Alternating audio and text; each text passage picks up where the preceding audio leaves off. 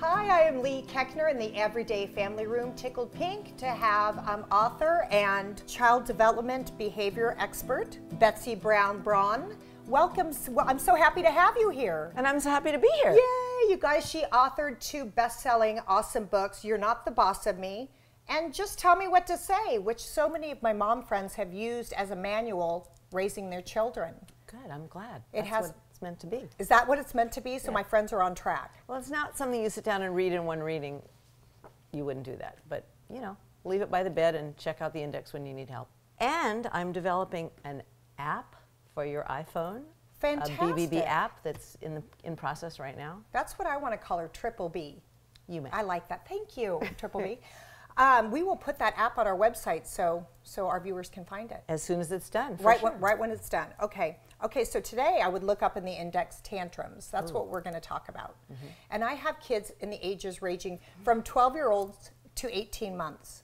And they all have different kind of tantrums. And what I was wondering is, how do we deal with a kid that is having a tantrum? Is there some sort of like generic formula? No. Next question. Here's the thing of it. Tantrums are, we call them different things at different ages. When they're little, they're tantrums. When they're a little bit older, then, you know, when they're in like the 4 or 5, it's a fuss. And then it becomes a meltdown. And then it becomes, oh my God, just get out of my face.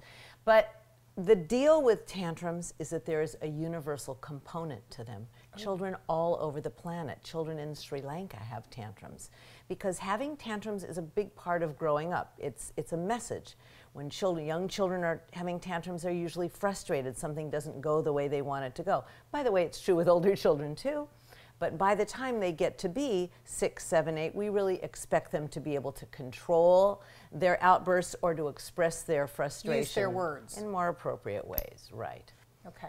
When a child is having a tantrum, the train has left the station. Whether he's 6 or 8 or 18 months, whatever it is, the train has left the station and you just got to get out of Dodge because there's nothing you can do. Okay. When a child is having a tantrum, we don't talk to them. We don't try to reason with them. We don't touch them. We let it run its course. Okay, let that sink for a second. Don't touch them, don't mess with them, don't bug them, because everyone jumps in, I think, instantly to try and stop it or stifle it or control them. I could give you the biological reasons for this. I don't know if you want to hear it, but just know that anger lives in a part of our primitive brain called the amygdala. It lives there, and it's a very primitive response. And when you're having that primitive explosion, you can't use your very calm, capable, prefrontal cortex brain that says, oh, this is why this is happening, you shouldn't do this because. That connection is broken. Right. So you're not going to be able to talk reason with your child until things have calmed down.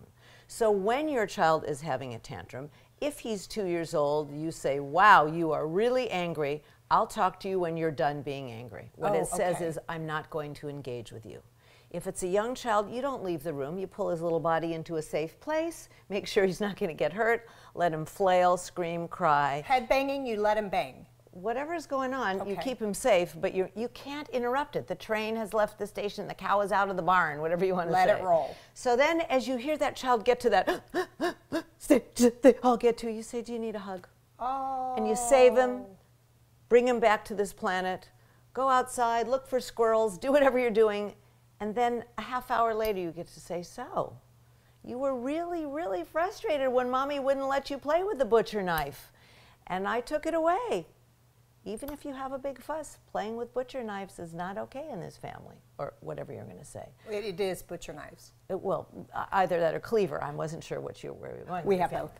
But with older children, it's not really a meltdown, it's a tantrum. It's usually a lot of garumphing and stomping and, look, you're the worst mom in the whole world, I hate this family, whatever. Right. Ignore it. Do not engage. Let him calm down, which he will. Then go in later and say, yeah, so let's talk about that. What was that about? But it's a parent's job to know her child and to know his stamina and to know his breaking points. When your child, you know, too hungry, not enough naps, too many errands, too much time on the phone. Yes. There are certain things that make children snap. So it's your job as a parent to know your child's breaking point. And if you know, I can never do 5 errands, I can get away with 3, but I'm not going to push it. Perfect. Because when your child is experiencing what we call lousy local conditions, when the world sabotages his ability, LLC. Exactly, lousy local From conditions. BBB. Then when you protect him from those, then he's going to be less likely to fall apart. Fantastic. Okay, such great tips. Thank you so much. You're so welcome. For helping us, right, ladies and gentlemen?